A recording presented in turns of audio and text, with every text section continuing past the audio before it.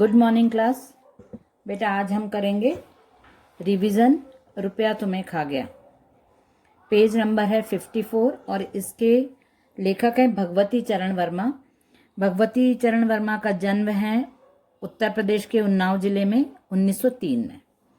उसके बाद पॉइंट्स हमने जो लगाए थे, सेकंड पॉइंट है उनका लेखन आज के युग की पहचान करने में समर्थ है। उसके बाद है भगवती चरण वर्मा के बारे में है पूरा, वो उपदेशक नहीं थे, विचारक के आसन पर विराजमान थे। और उसके बाद उनकी कृतियां हैं इंस्टॉलमेंट, दो बाके तथा राख और चिंगारी कहानी संग्रह है। ये सब इसमें पहले भी मैं लगवा चुकी हूँ, लेकिन फिर से अब रिपीट कर रही हूँ। आप लोग अंडरलाइन अभी भी साथ में कर सकते हैं मेरे साथ में। मधुकरण, प्रेम संगीत, मानव, टेढ़े मेढ़े रास्ते, ये सब उनके रचनाएं हैं। उसके बाद हम लोग केंद्रीय विचार में देखेंगे। सबसे पहले तो यहाँ अंडरलाइन करवाया मैंने, क्योंकि ये जो पार्ट है इसकी विधा है एकांकी। रुपया तुम्हें खा गया क्या है? एक एकांकी है। और इस एकांकी में इस केंद्रीय भाव से ही मैं आपको इस पार्ट का पूरा सार समझा देती हूँ। ये एकांकी मतलब एक अंक वाला नाटक होता है। और इस एकांकी में मनुष्य की उस लोभ वृत्ति का चित्रण किया गया है जिसके वशीभूत होकर वह सामाजिक और पारिवारिक रिश्तों को भूलकर मात्र धन लिप्सा के मोहजाल में आकंठ डूबा रहता है और अपनी मानसिक शांति खो बैठता है। पूरे एकांकी में, पूरे प्ले में यही बताया है कि जो मनुष्य है वो जो प्ले में जो कैरेक्टर है वो बहुत पैसे के पीछे ही भागते रहते हैं। उनको पैसे ही सबसे इम्पोर्टेंट रहता है और पैसे के कारण अपनी फैमिली पे भी ध्यान नहीं देते, फैमिली से संबंध उनके नहीं रहते अच्छे, और कोई सामाजिक उनका रिलेशन भी वो मेंटेन नहीं कर पाते हैं, क्योंकि सिर्फ पैसा कमाना, पैसा ही उनको सब कुछ लगता है।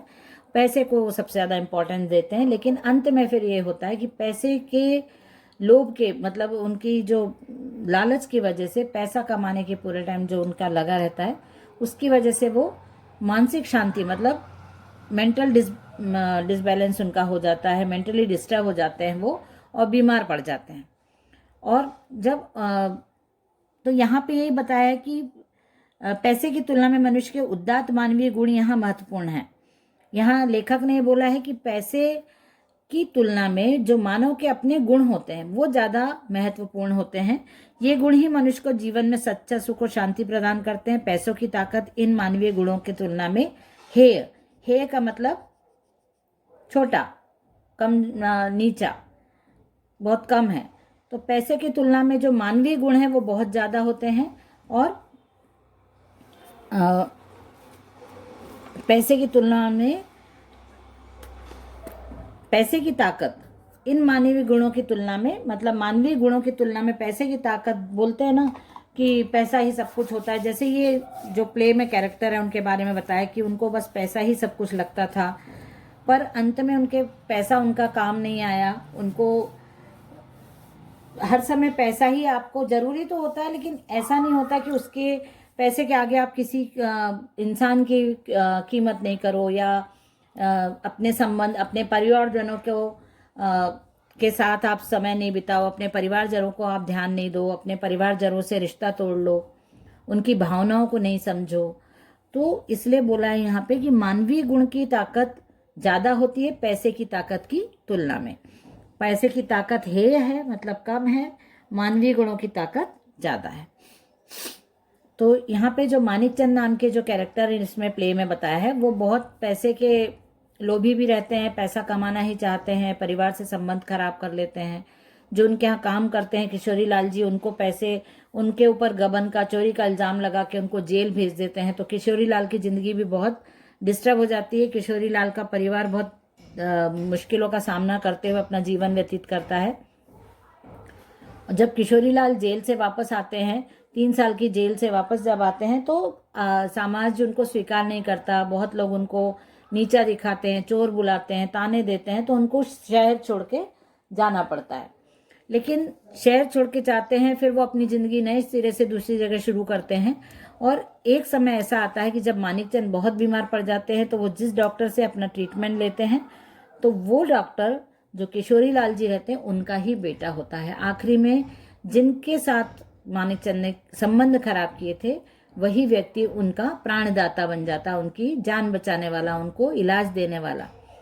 तो तभी मानिकचंद को ये डर लगा रहता है हमेशा, क्योंकि उनकी मानसिक स्थिति सही नहीं रहती। किशोरी लाल को देख के भी उनको लगता है कि ये मेरे से बदला लेने के लिए आए हैं, और उनके फैमिली मेम्बर्स आते हैं तो उनको लगता है ये मेरे से तिजोरी की चाबी लेने आए हैं, ये मेरा पैसा छुड़ा लेंगे। तो ये सब चीज़ें इस एकांकी में लेखक ने बताने की कोशिश की है कि मानसिक सुख शांति के लिए अच्छी सच में जीवन का सच्चा सुख यदि आपको प्राप्त करना है तो अपने आप को संतुलित रखना बहुत ज़रूरी है। ना आप पैसों की ज़्यादती से आपको अभिमान होना चाहिए, ना पैसों की तंगी में आपको डर लगना चाहिए है और निराश होना चाहिए। और सबसे ज़्यादा संबंधों को, अपने मानवीय गुणों को महत्व देना चाहिए बजाय पैसों के महत्व के। तो ये चैप्टर मैंने आपको शॉर्ट में एक्सप्लेन कर दिया है। अब हम पेज नंबर 58 पे देखेंगे। इसमें क्वेश्चंस हैं, उसके बाद उपसर्ग छांट कर अलग करना है। तो कुरूप शब्द जो है उलाहना है, मैथिली शरण गुप्त की माखनलाल चतुर्वेदी की कविता है ये। और उलाहना का मतलब क्या होता है? शिकायत करना, है ना। तो माखनलाल चतुर्वेदी इंपॉर्टेंट कवि है, मैंने आपको पहले भी बताया है। और माखनलाल चतुर्वेदी का जन्म 4 अप्रैल सन 1890 होशंगाबाद जिले के बाबई नामक स्थान पे हुआ। चतुर्वेदी जी हिंदी साहित्य में एक भारतीय आत्मा के नाम से प्रसिद्ध हैं। ये मैंने अंडरलाइन भी करवाया है, जो इम्पोर्टेंट है उसको अंडरलाइन करवा दिया है मैंने। और बहुत सारी भाषाओं के जानकार थे, राष्ट्रीय आंदोलनों में भाग लिया था इन्होंने, और गांधी जी के बातों का बहुत प्रभाव मानते थे, मतलब प्रभाव था इनके ऊपर, और उनकी विचारधारा को, गांधी जी की विचारधारा को मान के ही चलते थे। माखनलाल चतुर्वेदी के नाम से बहुत कविताएं, काव्य संग्रह, मतलब वो बहुत विद्वान थे और ऐसे कवि थे, एक मतलब प्रसिद्ध कवि तो बोलेंगे, लेकिन बहुत ज़्यादा इनके काव्य संग्रह को बहुत हमारे देश में सम्मान से जाना जाता है। और माखनलाल चतुर्वेदी जी के नाम से बहुत सारे कॉलेज और यूनिवर्सिटी भी है। और वो राष्ट्रवादी कविताएं लिखते थे, त्याग, बलिदान, ऐसी भावनाएं होती थी। कई बार जेल भी गए हैं राष्ट्रीय आंदोलन के कारण। और उनको भारत सरकार ने पद्म भूषण से अलंकृत भी किया था। भारत सरकार ने आपको पद्म भूषण की उपाधि से अलंकृत किया। उसके बाद उनकी हिमकिरीटिनी, हिमतरंगिनी, ये सब उनकी रचनाएं हैं। माता, युगचरण, समर्पण, वेणु, साहित्य देवता। और माखनलाल चतुर्वेदी के जो यहाँ पे रचनाएं हैं वो भी अंडरलाइन हम कर चुके हैं, पर आप पढ़ लेना फिर से एक बार। केंद्रीय भाव में यहाँ बताया है कि उलाहना मतलब शिकायत करना, मैंने आपको बताया है। तो कवि की शिकायत है ऊंचे वर्ग से। ऊंचे वर्ग मतलब जो धनाढ्य वर्ग होता है, समाज का जो संपन्न पैसे वाला वर्ग होता है, उनसे शिकायत करते हुए कवि कह रहे हैं यहाँ पे कि आप थोड़ा, जिनके वजह से आप इतना बड़े बने हैं, आपको बहुत सम्मान मिला है समाज में, आप बहुत पैसे वाले हैं, आप सक्षम हैं, लेकिन आप किसी के वजह से आज इस पोजीशन पे हैं, आप इस जगह पे हैं, तो आपको भी अपने समाज के बारे में सोचना चाहिए। आपसे नीचे जो लोग हैं, कमजोर जाति के या फिर कमजोर धन वाले, जो गरीबी वाले व्यक्ति हैं, उनकी तरफ आपको ध्यान देना चाहिए और समाज को ऊपर उठाने का प्रयास करना चाहिए। क्योंकि आप सिर्फ सोचते हो कि आप पैसे वाले हो और आप अपना एक अलग समाज बना लेते हो, लेकिन आपके समाज में भी वही चीज़ें धीरे धीरे आने लगेंगी।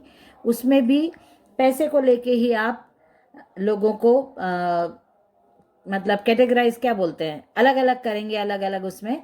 तो ऐसे करके धीरे धीरे आप अकेले रह जाएंगे। तो समाज को ऊपर उठाने के लिए, समाज में समानता लाने के लिए आपको नीचे के लोगों को, ऐसे लोगों को जिन्होंने आपको बनाया है, जिन्होंने आपको सम्मान दिया है, वो सम्मान देते हैं, वो आपको नमस्ते करते हैं, गुड मॉर्निंग करते हैं, आपके घर काम करते हैं, आपके जो भी आप काम करते हो उसमें आपको मदद करते हैं। संसार का ऐसा कोई भी काम नहीं है जो अकेला मनुष्य कर सके। मनुष्य कुछ भी बनता है, उसमें किसी न किसी का परोक्ष या प्रत्यक्ष रूप से योगदान जरूर होता है। परोक्ष मतलब सामने सामने, अपरोक्ष मतलब जो जैसे बोलते हैं ना बैक स्टेज काम करना, जैसे अब नाम तो ताजमहल बनाया था, ताजमहल किसने बनाया था? शाहजहां ने बनाया था, तो नाम शाहजहां का हो गया कि शाहजहां ने ताजमहल बनाया था, लेकिन एक्चुअल तो ताजमहल बहुत सारे कारीगर ने बनाया था ना, वर्कर्स ने बनाया था। और शाहजहां ने क्या किया? उनके हाथ काट दिए, घमंड आ गया उसको, और उसने बोला इतना सुंदर, इतनी बड़ी स्मारक बनवाया शाहजहां ने, लेकिन उन मजदूरों को उसने कुछ भी नहीं दिया, उन मजदूरों का नाम भी कहीं नहीं आता है। आज तक लोग ताजमहल को देखते हैं, जानते हैं, पहचानते हैं, दूर दूर से लोग देखने आते हैं, हम विश्व की धरोहर के रूप में उसको जानते हैं। भारत के लिए एक बहुत बड़ा मॉन्यूमेंट है वो। लेकिन शाहजहां ने उसके उसके काम करने वालों को कुछ अलग से स्पेशल ट्रीटमेंट नहीं दिया, या बल्कि उनके तो हाथ काट दिए, उनको तो और पनिशमेंट मिली। तो ऐसा अमीर वर्ग को शिकायत करते हुए यहाँ कवि कह रहे हैं कि आप अपने अभिमान से थोड़ा नीचे उतरो, आप अपने साथ में जो आपके हेल्पर हैं, जो आपके नीचे आपके अंडर में काम करते हैं, आपको मदद करते हैं, आपको आगे बढ़ाने में जो मदद करते हैं रोज आपके काम में, उनको आप समझो, उनको अपने बराबर समझो, उनकी भावनाओं को समझो। वो आपको सम्मान देते हैं, वो आपको इज्जत देते हैं, तभी आप जगत में जाने जाते हो।